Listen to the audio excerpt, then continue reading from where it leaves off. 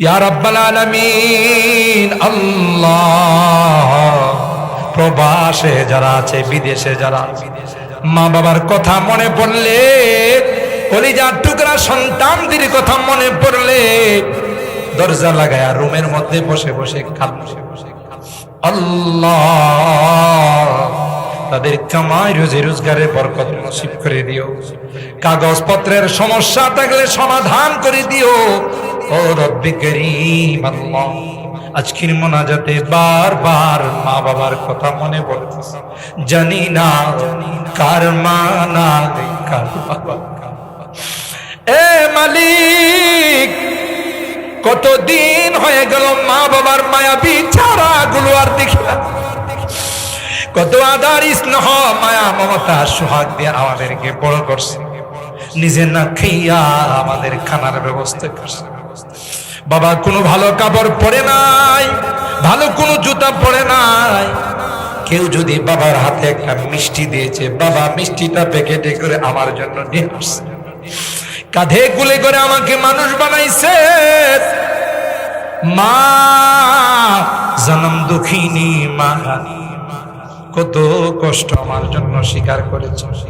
Concept করার সাথে সাথে মা কোনো কিছু খাইতে পারে নাই, যা খাইতো সবগুলো মার বমি হয়ে যায়।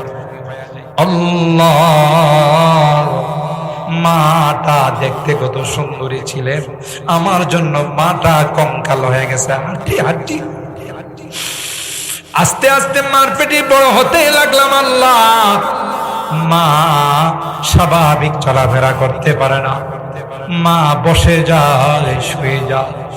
আল্লাহ আল্লাহ,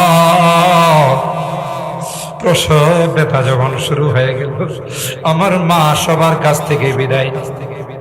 স্বামীরা হাত ধরে বলে, প্রাণের স্বামী রে, তোমার সংসারে এসে তোমার কোনো খেদমত করতে পারি না।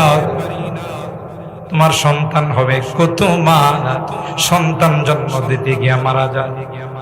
আমিও যদি মারা যাই, তুমি আমার উপর কোনো দাবি রাখো না। বেহুশ হয়ে আল্লাহ জিব্বায় কামড় দিয়ে মা দুনিয়ার সুন্দর চেহারাটা আমাকে দেখাইছে। আল্লাহ, দুই চোখ দিয়ে আমাকে দেখার সাথে সাথে মা মুস্কি হাসি দিয়ে ফেলছে। 2টা বছর মাকে ঘুমাইতে দেয় নাই, দুধ খাইয়েছি। আল্লাহ, ক্ষুধা লাগছে, কান্না করছি, মা তার কাঁচা ঘুমটা ভেঙে আমাকে খাওয়াইছে। কনকনে শীতের মধ্যে বারবার মার কুলে পেশাব করে দিয়েছে। মা কোনোদিন বিরক্ত হয়ে আমাকে দূরে সরাই দেয়। আল্লাহ,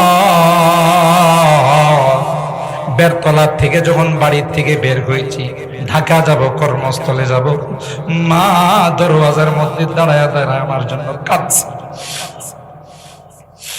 শাড়ির আঁচলটা দিয়ে আমার চোখের পানিগুলো মুছে আর